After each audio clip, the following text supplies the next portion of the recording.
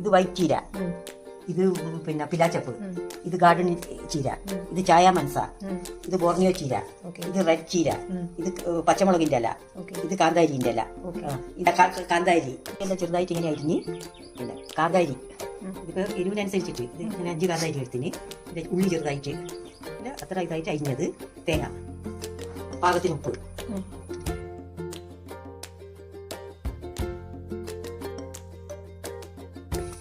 വെളിച്ചെണ്ണയില നല്ല ടേസ്റ്റ് ഇത്.